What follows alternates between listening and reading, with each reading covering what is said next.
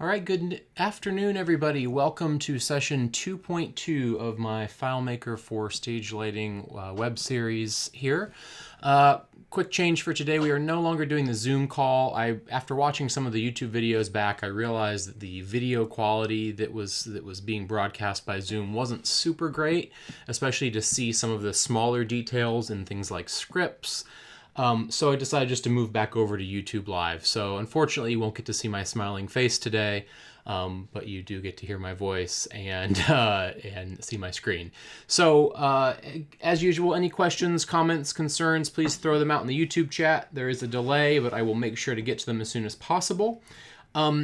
And I guess the only thing worth pointing out, there are a couple of supplementary things that you will want for this session. So of course, if you haven't already done the other sessions, you're going to want to do those first because we're going to be working out of that file. And then also over on the GitHub, there are several documents that you want to take a look at. One of them, where did the GitHub go? Whoops, I accidentally closed the GitHub. One of them is... Two of them, excuse me, are the Lightwrite and the Lightwrite file and the CSV that we made last week. So these are the same ones that we downloaded last week to give ourselves some dummy data. So if you have those already, great. If not, you can go ahead and download them. There's also a README file here that has several calculations that we're going to be using during today's class for certain things. So those will make more sense as we get to them, but it's a hell of a lot easier just to copy paste that than it is to for me to explain what every little thing is along the way. I will explain it, of course, but this way you make sure you get the syntax right. Okay, so let's dive right in. The purpose of today's lesson, we're going to go ahead and start expanding the lighting paperwork side of our database a little bit. On the session 2.1, we added color swatches, we added Gobo images, all that fun stuff to our instrument records. We created a Gobo table. Today we're going to be creating a instrument type table, we're going to be creating a position table, and we're going to be expanding that Gobo table a little bit to give us things like stock quantities and how many Gobos we need to order, how many are in use, etc., etc. So the first thing I want to do before I dive into creating new tables is to set up a couple of value lists that I'm going to use throughout the rest of my solution. So if you remember, a value list are things like, we have a not focused value list. Back in our work notes, we had different priorities in a value list. We had different types in a value list. For the most part, all of those except for this target ID, these were all made just based on putting text into fields. We didn't really have a lot of dynamic ones. We created a couple of dynamic ones when we figured out how we wanted to make these button bars change places in session 1.5. But that's really all we've done with dynamic value lists so far. So what I want to do is I'm going to come into my value lists editor. So File, Manage, Value Lists. And I'm going to create, I'm going to start with my Gobos. So I'm going to make a new value list, and I'm going to call this Gobos in Use. Now, I will recommend for today's lesson that you use the same formatting and syntax and field names that I'm using. Otherwise, it could get a little complicated. You can obviously use the things you want to use in your solution, but these names are going to be directly referenced by scripts later on. So at least in this initial, I would recommend you name things the same way I'm naming them so it makes more sense. So Gobos in Use, and I'm going to get those values from my instruments table Gobo field. Okay, so basically it's creating a value list of every Gobo that's currently in use in my show. I'm going to create another one that is types in use. And this is going to be from instruments again and instrument types. Great. Gobos in use, types in use. And then the last thing we're going to do today is create a positions table to create some position paperwork. So I'm going to do a positions in use, use values from field instruments position. So just like that. So I have 3 dynamic value lists, or I guess you could call them smart value lists, that will automatically update themselves with records from your Gobos, from your instrument types, and your positions, excuse me, all based on your instrument records. So I'm going to click OK. And of course, nothing really happened there. But what I'm going to do before I dive into making the new layouts and the new tables, I'm actually going to add those things to this instrument records layout. So I did Command-Shift-L to, Command L to edit this layout. And then I'm going to do little things like, instead of this just being an edit box, I'm going to make that able to be a drop-down list and show values from types. Same thing for Gobo. I'm going to make that a drop-down list and values from Gobos. And what else do we have? Positions. I'm going to make that a drop-down list, values from positions. So now you've kind of created almost like a little bit of a circular thing going on here where you can, as you add things to this, if you added something new to this field, it's going to update the value list. And then also when you click on the down arrow, it'll show you that value list. So pretty cool. If we select all three of those fields, we can also turn on autocomplete. So now when I come in here and I say source 436, I could choose a different kind of light that already exists in my show. Or I could type something new if I wanted to. If I created a new record here, I want to say, all right, instrument type, that's going to be a 19-degree source for on which position, the 6th electric, which Gobo, these. So it's given me basically a quick way to add things that are already in my show to these records. So that's kind of cool. I'm just going to delete that one for now. Delete channel 5. Great. So we've got our value list set up. The next thing we need to do is go ahead and create some tables that are going to hold data for these other data types that we're creating. So if we open up our database manager, let me quit. I'm just going to move GitHub off the screen for now. Great. That's Command-Shift-D. And I look at how these relationships are set up and what tables I have. I currently have an instrument table. I've got my color swatches. I've got my Gobos. I've got my work notes. I'm going to create a new table, and this one's going to be called positions. And I'm going to create another one, and this is going to be called fixture types. You could also call this instrument types if you wanted to. I try to use a different name as much as possible, so instruments could get confusing between instruments and instrument types. So I'm just going to call it fixture types just to keep it a little easier to understand.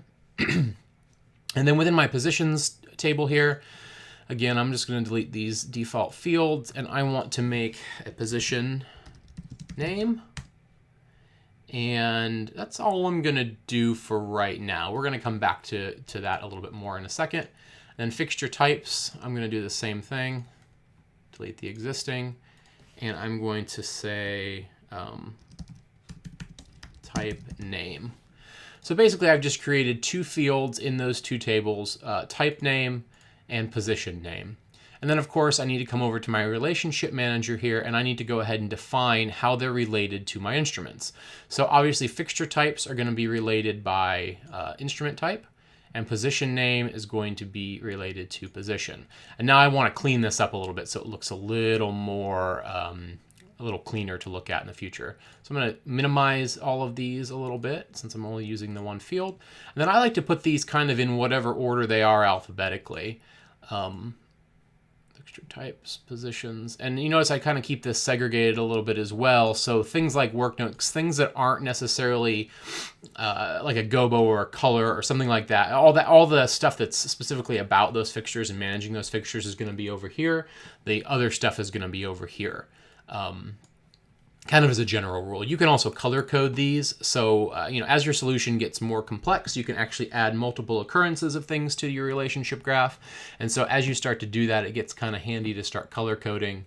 Of course, you can do that by clicking and then changing the color. I'm not going to worry about any of that for right now. Okay, so we've got those positions. We've got positions and fixture types. We already have our Gobos.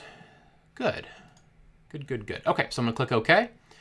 And it looks like nothing happened, of course, but if you remember correctly, we come up here and it's automatically created two layouts for us, one for positions and one for fixture types. I'm going to go into my layout manager, Command-Shift-L, and I am going to organize those a little bit. So I want, not really show materials. Remember I couldn't figure out a name for this before. Let's call it items in use. How about that? And we'll move positions in there, and we'll move fixture types in here. Okay. Positions, fixture types, Gobos. So those are the three things we're working with. And then, of course, just making sure positions is associated with a positions table, fixture types with fixture types, and Gobos with Gobos. All looks good. And now, of course, what I can do is I can grab some of these fields and buttons from my previous layouts, and I can add those to these layouts.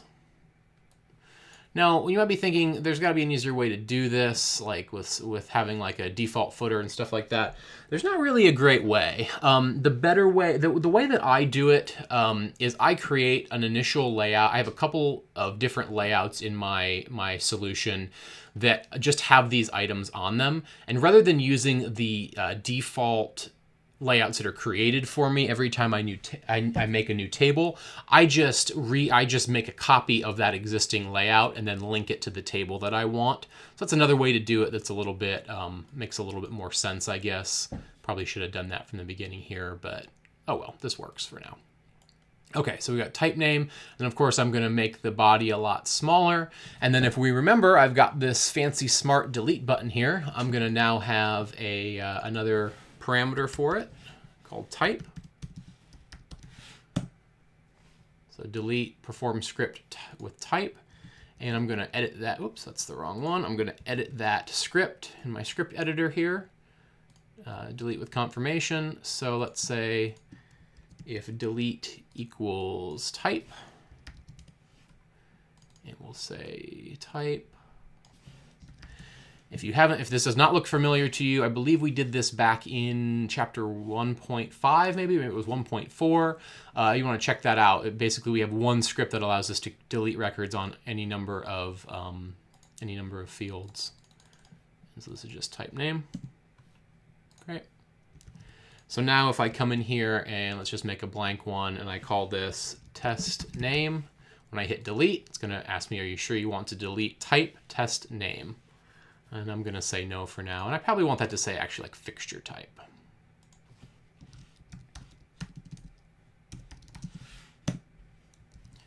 Great. So now when I click delete, are you sure you want to delete fixture type test name? Of course, you could put quotes around that. You could do whatever you wanted to.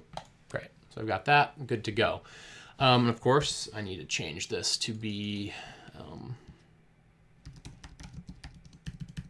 fixture types.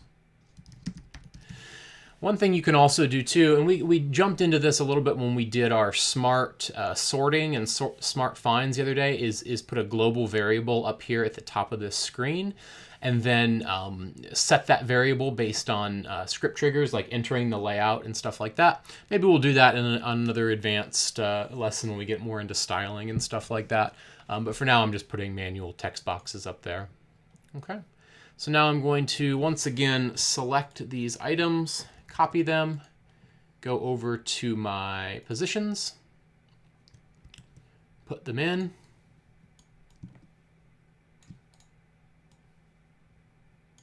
and once again change this delete button to have a parameter of position, and add that over to my smart deletion script. Delete equals position.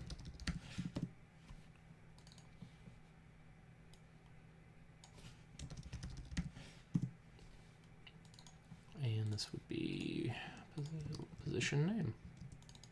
Simple as that. So now let's test that again. I'm going to create a new position. I'm going to call this test position. Yay! And when I hit delete, are you sure you want to delete it? Yes. Great. So we've updated our existing scripts to be able to delete the things on our records. Now we need to work on a way to automatically create records on these in this table or in this layout based on the things that we have over here on our instrument records.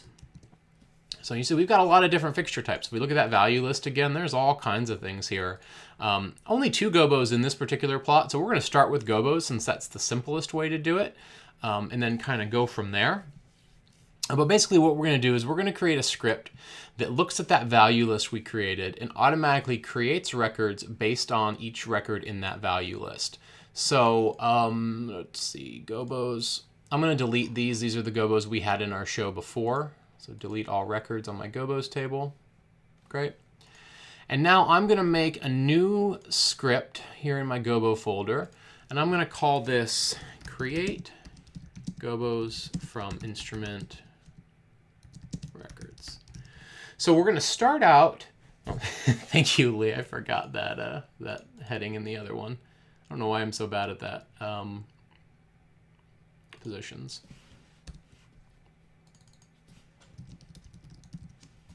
Great. Thank you. Okay, Gobos. So we're going to start out with making this just Gobos so that you can get an understanding of how the script works. And then we're going to go back in and we're going to make this, I guess we call it target agnostic again, kind of like we did with our delete script. So for now, again, focusing on Gobos, eventually this will do Gobos, instrument types, anything we want it to do. So the first thing we want to do is do a couple of housekeeping things. We're going to say set error capture on.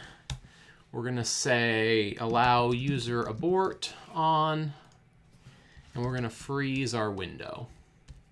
Okay, so those are kind of my 3 housekeeping things that I like to do at the top of my scripts. So the first thing we're going to need to do is set a variable that is our current file name, because we're going to need that later on in order to tell FileMaker which file we're looking in for this value list. Now, in this particular case, I'm going to make this a local variable called file name. But what you could also do is instead make this a global variable that happens every time you start up your file. So we talked a little bit about a startup script, and actually we made one very early on in this to detect if you were using a phone or a computer. So you could actually put this set variable thing into that startup script so that anywhere in your solution you need your file name again, or your file path, you could already have it and you don't have to waste that little bit of extra processing time setting that extra variable. But for now, I'm just going to do it here. So that is going to be a get file name. So what it's doing is it's going to create a local variable, and the value of that is going to be whatever our local file name is. Okay, so that's our first step. Next thing we're going to do is we are going to set another variable based on the value list that we want. So let's say set variable, and this will be a local called list. And its value will be value list items. Now you can see why that file name was important. So to get to take this information from a value list, it needs 2 things. It needs a file name and it needs the name of the value list. Now, of course, I could put that get file name in here, but for simplicity's sake, I kind of like to just have it as a separate thing. And also for teaching's sake, I like to have it separate. So file name. And then the value list, I'm going to put in quotes, and the name was Gobos in use. Now you start to see why I said keep up with what I named things earlier. So we've got a file name. Now we're using that file name here to set a variable called list with that Gobos in use. And now we want to see how many individual records there are in that list that we've made. So we're going to set yet another variable called total values. And that's going to be value count, and then the text that we want to value count. So I'm actually going to count the list that we just made. A value in FileMaker is separated by a carriage return. So that's one of the nice parts about using a value list for this, is when we pull that value list into this list variable, it's basically creating a carriage return separated list of values, and then getting this total value counts how many each iteration of that list there is, or of a record in that list that there is. Great. So the next thing we need to do is we need to go to our Gobo layout. So I'm going to say go to layout, and I'm going to choose Gobos. And because we've got freeze window selected here, we want to actually see that happen. It'll all kind of happen in the background, which is pretty cool. When you're troubleshooting, sometimes you should turn some of these things off so that you can see what's going wrong when things go wrong. Okay, so we're going to define one more variable here, or excuse me, one more variable. Hopefully I haven't been saying valuable this whole time. And we're going to say current value 1. So what that's doing is it's basically going to tell our script we're going to start with number 1 is what we're going to start with the first value. Okay. Now we're going to create a loop. I'm going to add some white space in here just for simplicity's sake. And the first thing I'm going to do in my loop is give it an exit condition. So I'm going to say exit loop if, and then the condition for this will be if current value is greater than total value. Great, so now you see why total value and current value were important to get earlier. And now the next thing I'm going to do is I am going to say set variable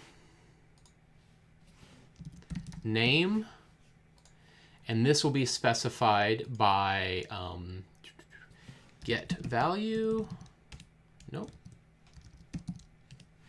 and then our list of values, which was list, and then value number, which is our current value. So basically what I've done now is I've said, okay, we've got a total number of values. Let's say it's 20. I'm going to start with number 1. And now on the very first loop through, I'm going to say I want to get the first value of that, the current value, excuse me, I want to get the first value of that list that I've made. So hopefully that makes sense. I'm trying to label these things in a way that, that makes it make sense. Okay, so then of course I'm going to say new record, and then I'm going to set field, and I'm going to choose Gobo name, and I'm going to insert name there. Now, of course, you might be thinking, do I need to set this variable? Could I just use this calculation inside of there? Absolutely, you could if you want to have fewer steps. That's perfectly fine. And now let's have, we made that cool image filler last week, so why don't we make it happen each time? So I'm going to say perform script, and I want that to be search server for image. Great. And then finally, the last thing I want to do is I want to add 1 to this count at the end of this loop, because the next time it loops through, I want it to get the second value in that list. So I'm going to say, I'm just going to copy paste this set variable. And for current value, I'm actually just going to say set it as current value plus 1. Get rid of some of this white space. And now just take a second to look at that and see what's happening. Now every time it's adding 1 to that, so if we add 1 past the total number, then this exit condition is going to happen, and it's going to go ahead and finish our script.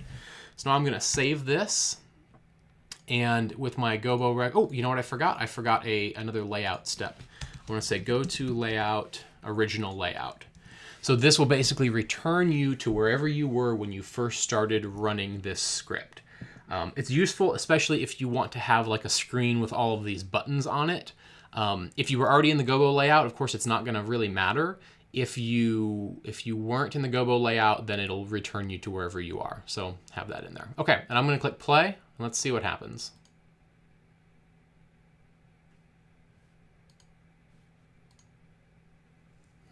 Nothing happened. All right, let me see what I did wrong here. What am I missing? Try it one more time. File name, get file name, list, file name, Gobos in use. All right, so it didn't work. So what I want to do now is debug this a little bit. I'm going to go step by step, and I'm going to figure out why this script didn't work. So the first thing I'm going to do is go to Tools, Data Viewer. The data viewer allows me to see my variables that I've set. You see there's that global that we set before. You can also set certain watch conditions. You can make formulas for that. You can watch certain variables. But I'm just going to see, I got to make enough room on my screen here. I'm going to close this other window. Great. And now I'm going to click this little bug icon right here. And now you see my script debugger came up. So I can use these commands. I'm going to use this second one in here, this step into command, and it's going to go step by step inside of this script. So now you see when I click file name, there's my file name, session2_2. Set variable list, There's the 2 values in my list. Total values, 2. Going to the Gobo layout. Current value is 1.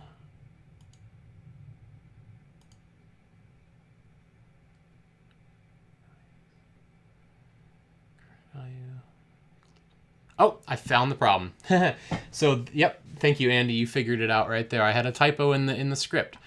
So right here, it's total values. Here in this, I accidentally put I put total value instead of total values. So that one little thing made it all not work. So now I'm just going to click play. And there it is. It worked. So that one little S, you see why paying attention to what you're typing is important, worked super well. Now, it took a second.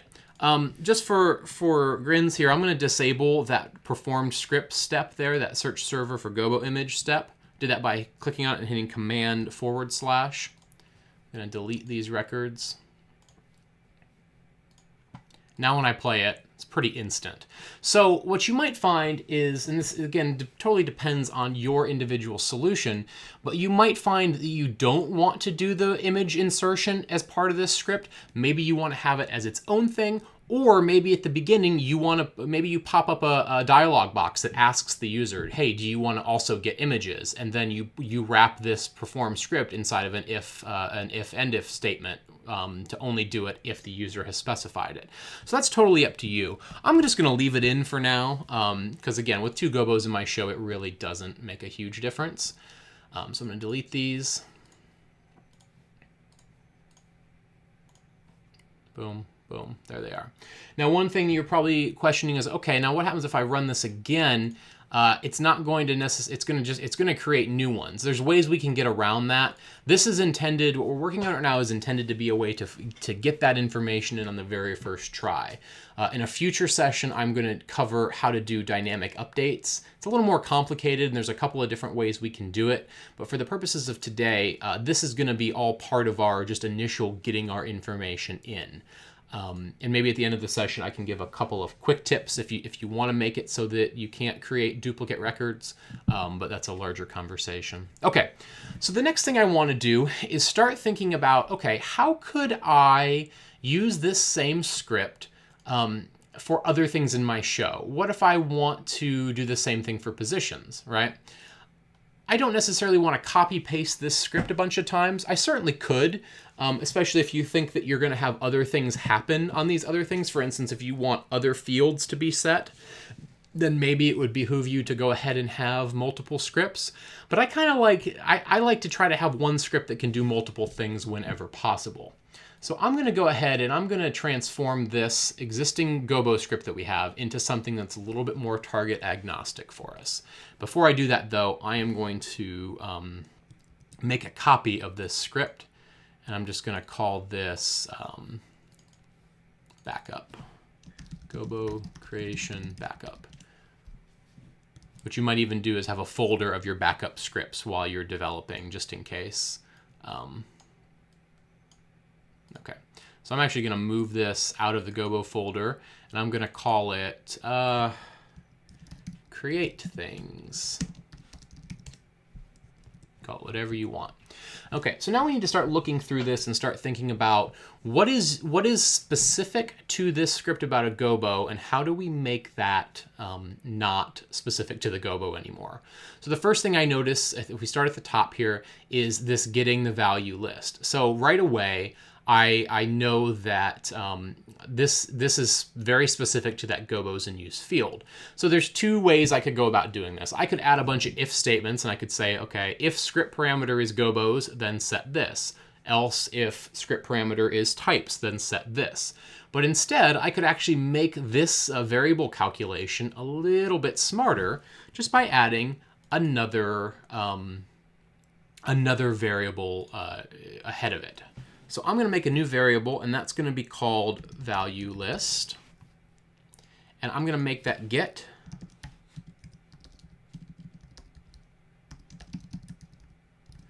script parameter. So again, we're going to use a script parameter from a button somewhere on our solution here. And then here, oops, excuse me, I'm not quite done yet. I'm actually going to set that value list to be a calculation of get script parameter And then I'm going to append on the end of it some text. And that text, if you remember correctly from when we set up our value list, was in use in camel case. So what I'll be doing here is I'm passing along a script parameter. It could be Gobos, could be types, it could be positions, and then it's appending this in use to the end of it.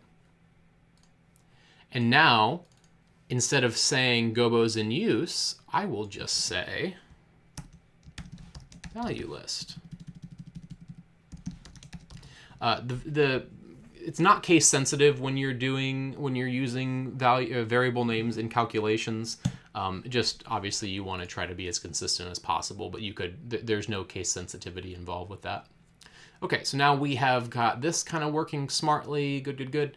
Now this part, this go to layout, this is something we're probably going to have to put in an if statement. So I'm going to say if get parameter equals Gobo, then go to Gobo, and else if, and copy this, is type, and I'm just copy pasting these things so it's a little bit faster. Types, and then finally one more, else if script parameter is position, go to layout, position. Great. So now we've got just kind of a smart thing here that tells us what layout we need to go to. Now this setting of the current value, that's pretty much always going to happen. That's fine. This is all good. We definitely want to exit the loop if that happens. This get value, that's fine. New record request, that's fine. So this is now where I start to think about, okay, well with Gobos I have this script. That's not going to happen for every single record. So maybe I get rid of it. You know, the only thing that I see so far, I'm just going to get rid of it for now. The only thing I see so far that really would need to be in another if-then statement is here, this set Gobo name field.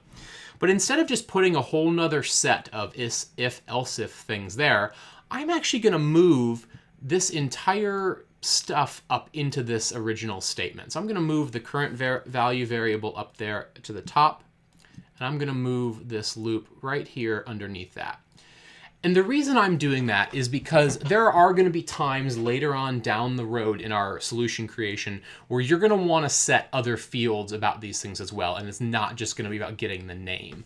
So this allows me, sure, it's going to be a little bit of redundancy, like I'm just going to copy paste this over again here and here. So it's a little redundancy when you could just have one set of those things, but I find that it's better to have it this way because it kind of future-proofs you a little bit. It allows you to easily add things on later down the road. So now all I need to do, I obviously need to get rid of the Gobo script from these other two things, and then I need to, instead of setting Gobo name, I need to set, let's see here, what would it be? This is positions, position name, and under here, under types, this one would be fixture types, type name. Great. Get the idea there. So now, again, all I need to do is set up some script parameters that will pass along what we are going to be doing. Great. So I'm going to come back into my layout editor here. I'm just going to make a quick little button at the top, and let's make it have an icon, maybe a little import icon, and this is get from instruments. And this is going to perform a script, and that script is going to be create things, and we're of course on our positions table. So now here's something I need to go back and double check. So I noticed that in my script I used position instead of positions. I believe that I made the value list say positions and not position. So this is why kind of coming up, positions, I made it plural. So I'm going to leave this script parameter as positions, and then I'm just going to come in here and change this to positions. Okay. Now before I go and copy paste this onto other layouts, I'm just going to double check that it works. Get from instruments, and it looks like it did. Of course, I'm in single record view here, so I'm going to switch to list view, and there they are. There's all my positions that I have in use in my show. Pretty cool. Okay, so now I'm going to copy this button. I'm going to go over to my Fixture Types. I'm going to put it on there, and I'm going to change the parameter over to Types.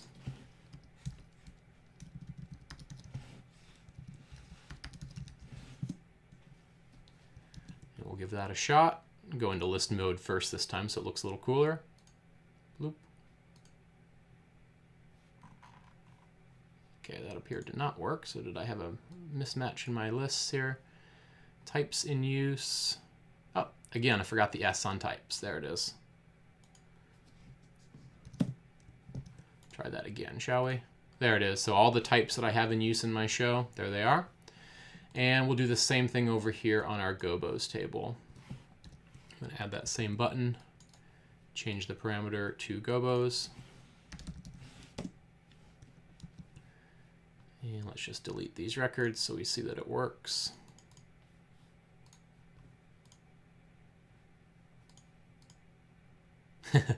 Did the same thing here. Ah, stupid Mike. Okay. There we go. There they are. Great. So again, plural versus singular matters in this case. It doesn't matter which you use, you just need to be consistent in what you use it. So now I've got one script that does everything. It does Gobos, it does everything. And of course, as I add things later on down the road, all I need to do is copy paste this little else, if, and loop part of my script, and I'm good to go. Making sure, of course, that you did that current value thing, you did move that up to the top, and then of course you can leave the go to layout original at the bottom. That's really all you need to do for that, which is pretty cool. Okay, so before we move on to how to have this happen automatically on a light-write import, I want to look at a couple of other things that we can do on our Gobos, on our instrument types, and on our positions to help us create a little bit more useful paperwork.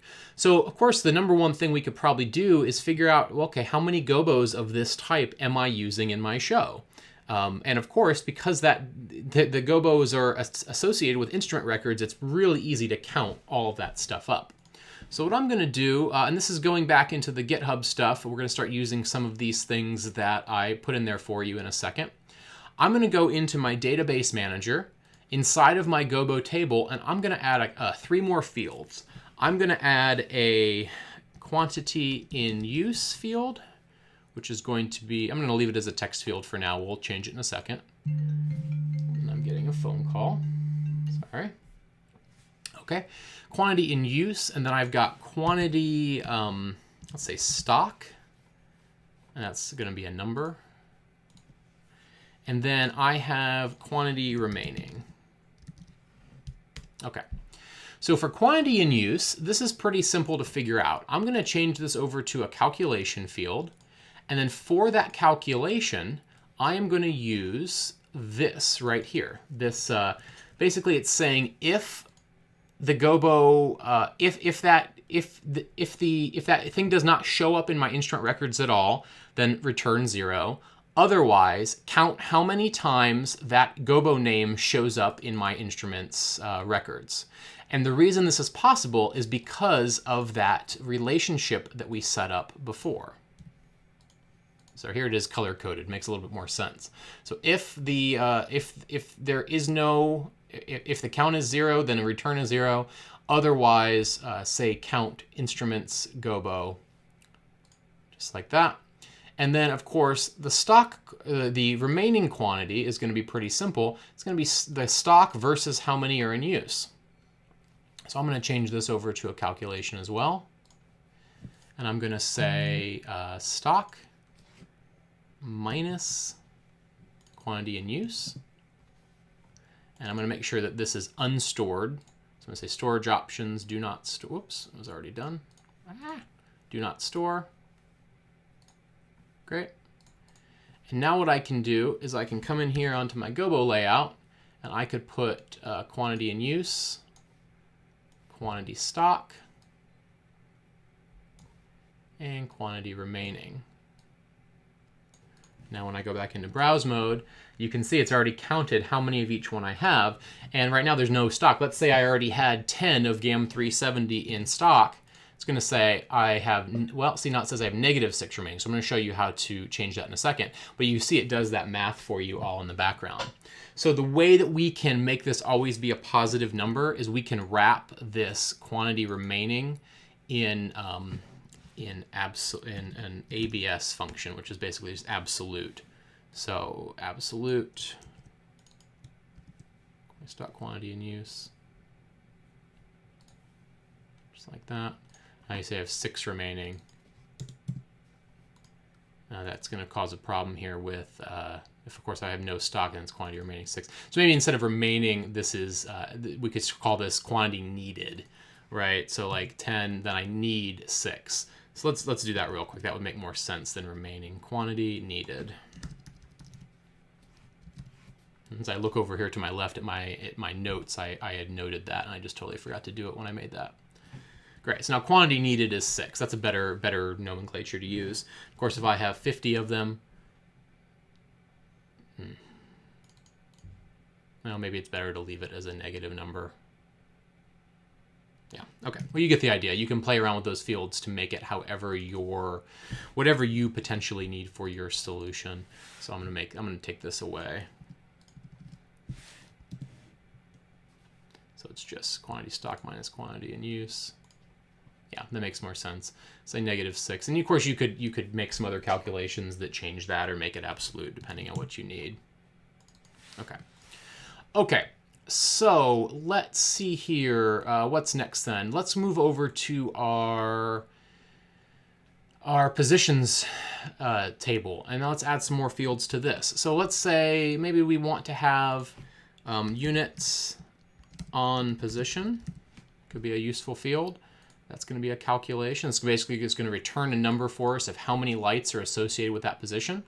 And I have a thing already set up there for you for that. It's basically the exact same thing we saw before, only I'm changing the field names.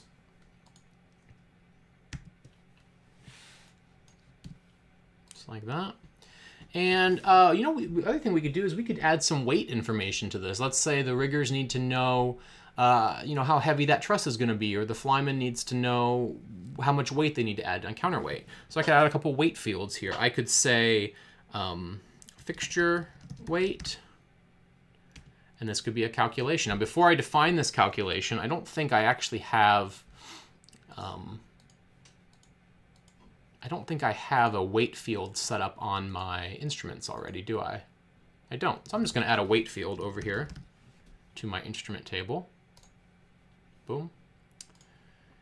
And then on my positions, for the fixture weight, this is going to be a calculation.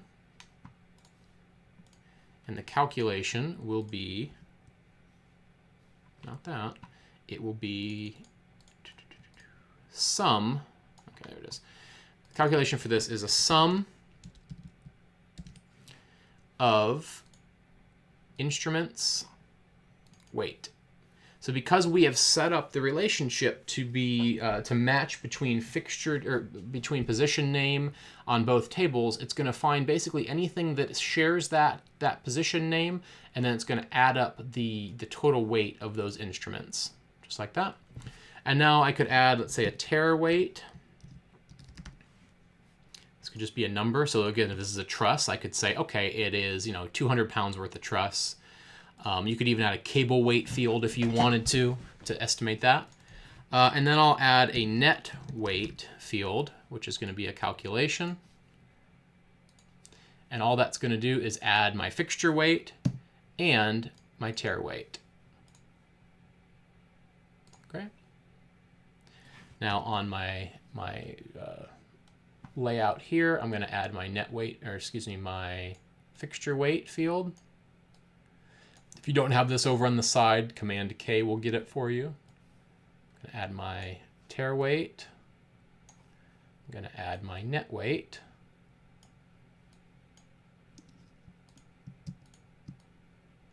And I'm going to add my units on position.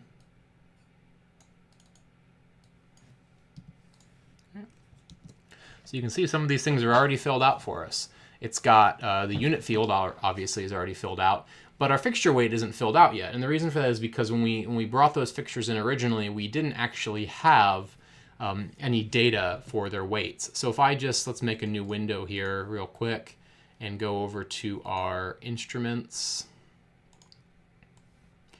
Let's see here, first electric, or eighth electric, that's the one right here. I need to add that weight field. I'm just going to add a weight field here off in no man's land. And then let's say this was 50 pounds. When I go out of that, where's the eighth electric? There it is, you see, fixture weight 50. If I had another one, which I do here, let's say this one weighed another 50 pounds. See, now that's up to 100. And if I add a tear weight, let's say that it was, 200 pounds worth of truss, you can see that this is added on there. So you could very easily create a report that basically gives your fly people or your riggers a list of exactly every position you have and how much weight is going to be on that position. You could show them just fixtures, you could show them the tear, or you could just give them the net and it would work perfectly. You could also do things like, let's, for example, make another one that says total. Another field is total load. I didn't put this calculation on there, but I'm going to use the I'm going to use kind of a similar thing here. I'm going to use, oops, sorry, total load. This is going to be a calculation. I'm going to say sum of instruments load. So basically now it's going to take all of the wattage fields or the load field in my instrument records that are associated with that position, and it's going to return a total number of watts that's on each position. It's going to be super useful for planning out power systems. If everything in your show is using the same voltage, you could even say, okay, how many amps am I using per position? Fixture weight should be on the fixture type label.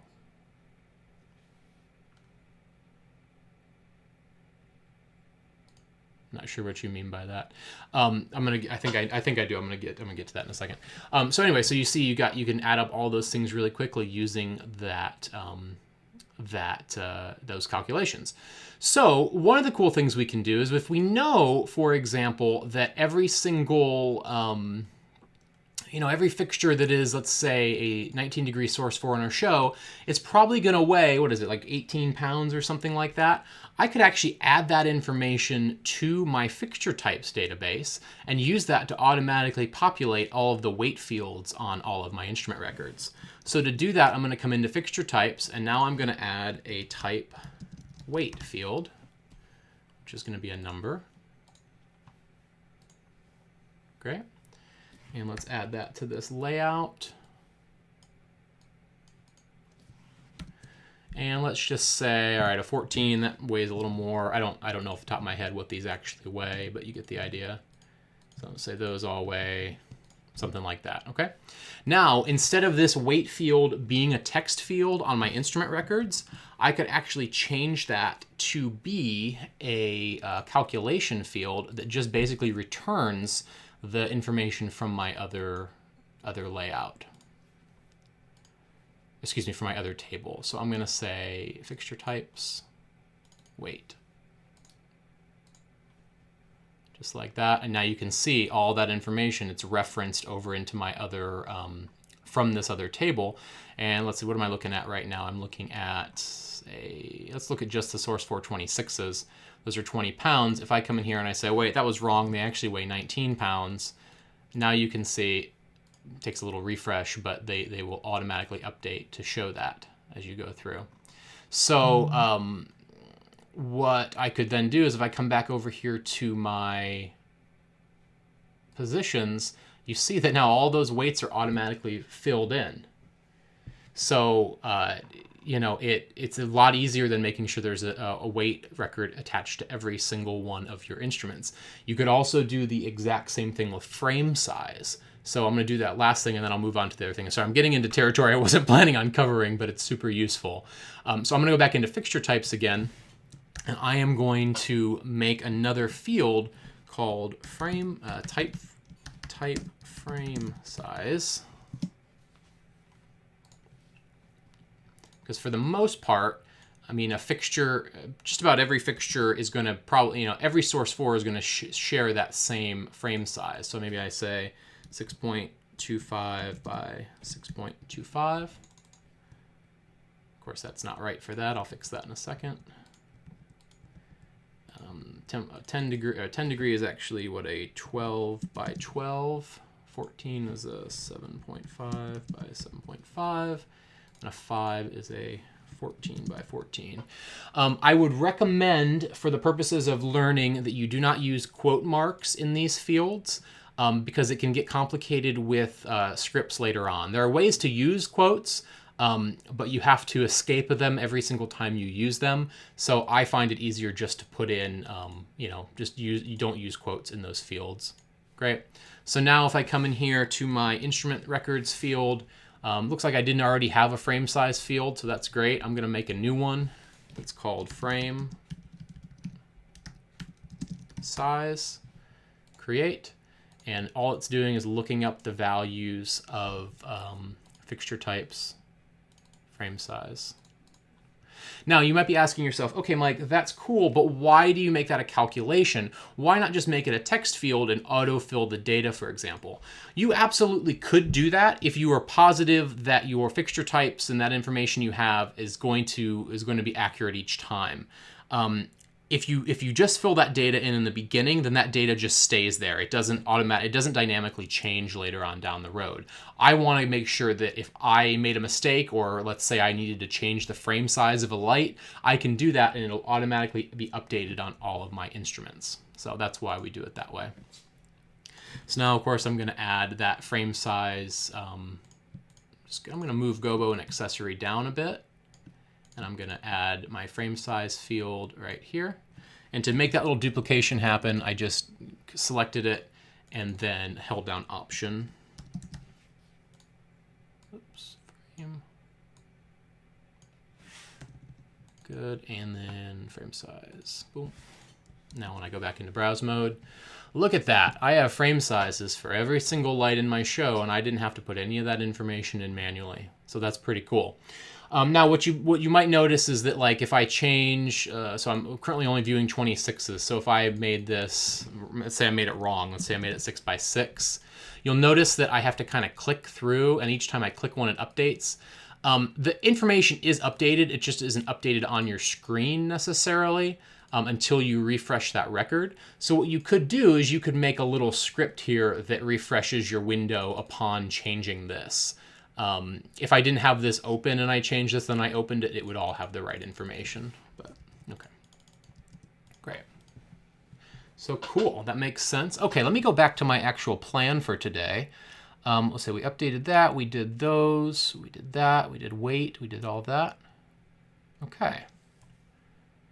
Oh, did we add, we didn't add a quantity in use field here, did we? We need quantity, basically adding the same fields to our types that we had for our Gobos and for our other stuff. So quantity in use, that is this right here, instrument types in use.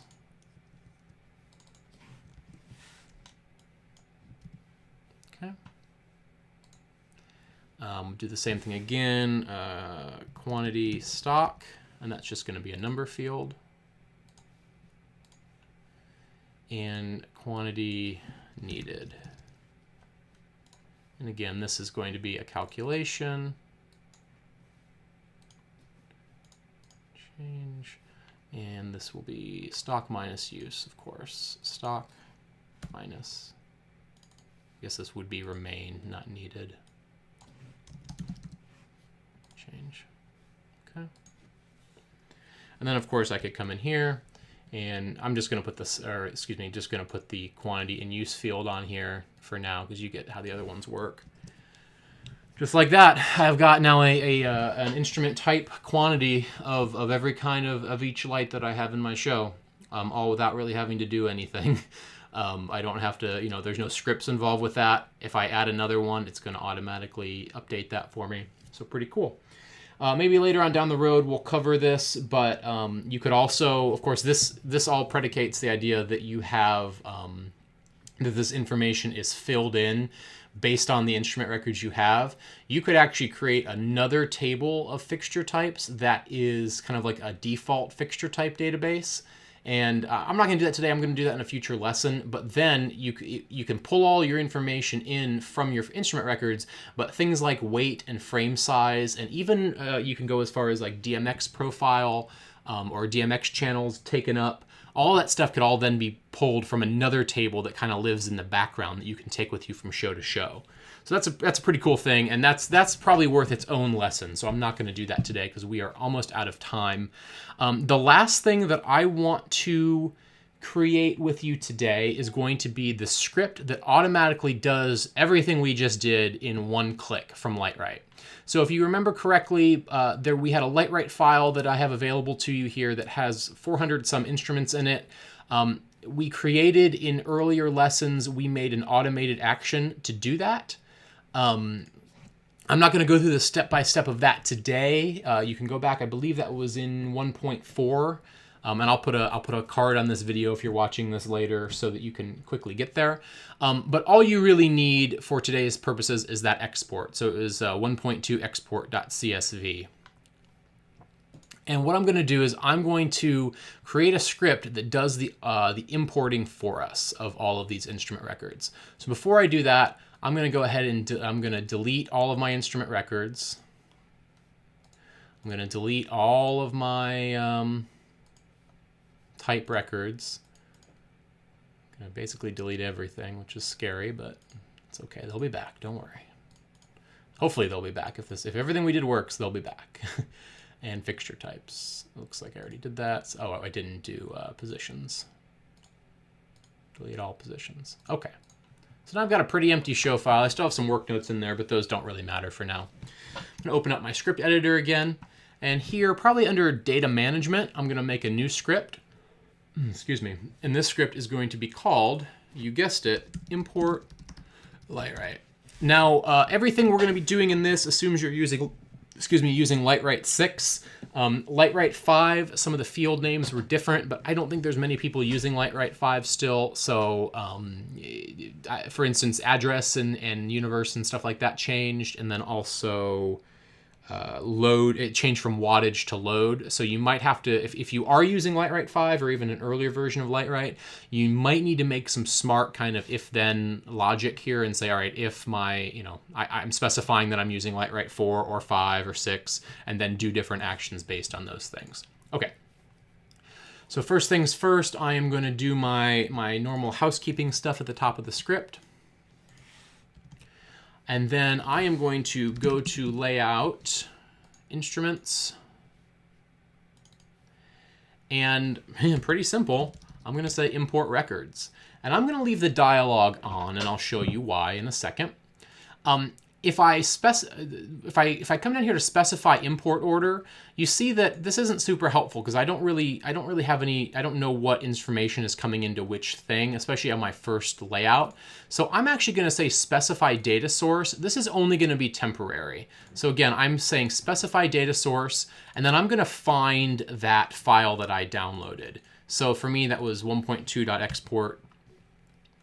And again, I'm going to get rid of that in a second, but for this initial setup, it's helpful to see, and you're going to see why here. And then the first row is containing field names. So now when I come in here to say specify import order, now I can see my names of that file. It just helps me to make sure on my very first setup that everything is working properly. If it doesn't look like this, where everything lines up, then over here on the right, I'm going to make sure that you have matching names selected. If you have something else selected, you see that maybe these things, they're not going to necessarily import the right way. I'm going to say matching names. If for some reason you decided that you wanted to export things like weight or frame size from Lightwrite, what you'll probably notice is that FileMaker is not going to allow you to do that because those fields in our solution are calculation fields. So you kind of have to just make a choice on which way the workflow is going to work for you better. So really, I don't worry about it. I know that all those calculations I'm going to do, and I'm not going to worry about what Lightwrite said they were. So I've got those laid out. Make sure it's UTF-8, and comma is my delimiter. That's really all I have to do. I'm going to click OK. And now I'm going to uncheck specify data source. So when I come back in here to specify, you can see this stuff is still in the order that I had it, but that it doesn't know what source that data is coming from yet, which is exactly what I want it to be. So I'm going to say import records. Really, that's all there is to it. And because I have that dialog box turned on, it's going to ask me what file I want to import. So I'm going to save this, and I am going to, let's move our instrument records thing over here. I'm going to run it. Oh, I forgot to save. Whoops. First thing that happened. Okay, it's asking you for that CSV. I'm going to click open, and now I'm going to double check that everything is right, and I'm going to click import. Now, what you could also do, later on down the road, if you were going to make one that was updating your records, you can change this. I'm going to get to that in a second. That'll be a separate thing. So right now, my initial import, here I am, I'm good to go. You can browse through the data to make sure it all looks right. I hit import. It's going to tell me, okay, I had 443, good. Everything is there. And now, of course, you could go in and you could run your create things script. You could do all of that. But I think it's a little bit easier if we do that all as one click of a button. So I'm going to come in here. I'm going to delete all of these records. Now, underneath this import step, I'm going to do perform script. And I'm going to say create things with the parameter of, what was our first one? It was types, or Gobos, I guess. Do it again with types. I'm going to do it again with positions. Just like that. Now when I hit play, it's going to once again, it's going to ask me for where my CSV is. I'm going to click OK. Make sure that these all line up. Click import. That's going to take a second after I click OK, but it's going to do it pretty quickly. And you can see, it worked in the background because those those Gobo images came in. And when I come over here into positions, there's all my positions, there's all my weights, or excuse me, my wattages, there's my unit counts. Here's all my fixture types. Of course, now, because I had put that information, the weight and everything in this way before, sorry, getting another phone call. Because I'd put all this information in before and deleted it, it's not there. So again, we'll go over how to keep that saved later on. And Gobos, there's all my Gobos. Wonderful. And what I might even do is I might add a little thing at the end here that says show custom dialog.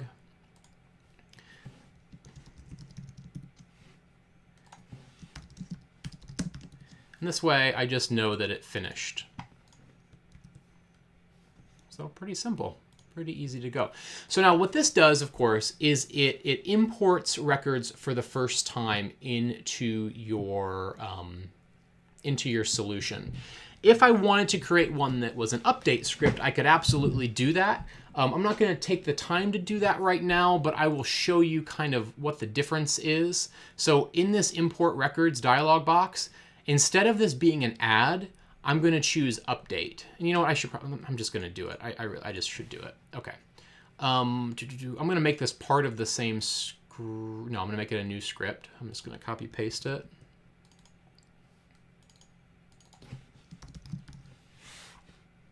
Call it update. And for now, I'm going to get rid of these other things because we're not getting into how to update those initial, those other records quite yet. And for right now, again, I'm going to specify this data source just so I can see what I'm working with. And now, instead of add, I'm going to say update. And then I'm going to make sure add remaining data as new records is selected. So what it's going to do is it's going to look for a match field. And then if it doesn't have that match field in common with an existing record, it's going to add it. And now I need to define what my match field is, which of course is my light-write ID. And that's really all there is to it. You can define multiple match fields if you want, but the light-write ID, unless you delete the light from light-write and then re-add it, that light-write ID will never change. So, even if I change everything else about that light, but that light record in light-write was still the original one, I can update all that information this way. And now, of course, I'm going to uncheck that, come in here and make sure that it's still good, still looks fine. And save. And now when I play that back, I'm going to find this again. this. Things are all correct. That's right. I can say import. And it's saying it updated 443. It really didn't update anything because there was nothing to update, but it didn't add any new anything. There we go. So you can start, you can make that smarter if you want, but that's kind of the basics of how to do that initial stuff. Great. So let me make sure there's nothing else I wanted to go over today.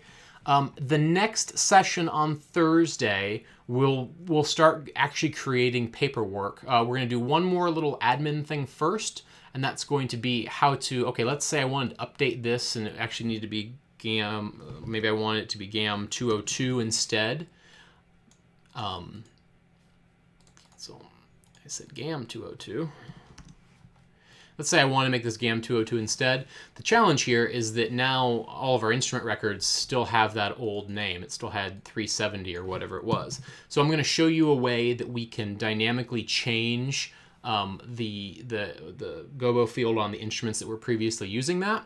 And then once we do that, I'm going to dive right into actually creating instrument schedules, creating channel hookups, all that kind of stuff that you would normally create in Lightwrite or with another program, and show you how we can do all of that. And then beyond that, I think the next sessions will be on doing things like setting up that default fixture table that we talked about, so it saves you a little bit of work down the road. And then we'll see kind of where it goes. I've got some more stuff planned, but if you have specific things that you'd like to see, please feel free to reach out to me via email or social media and let me know. So that's it for today. If there's no other questions, I'm going to sign off. I'll hang out for a couple more minutes just to see. Otherwise, I will see you all again on Thursday at the same time, 2 p.m. Eastern time.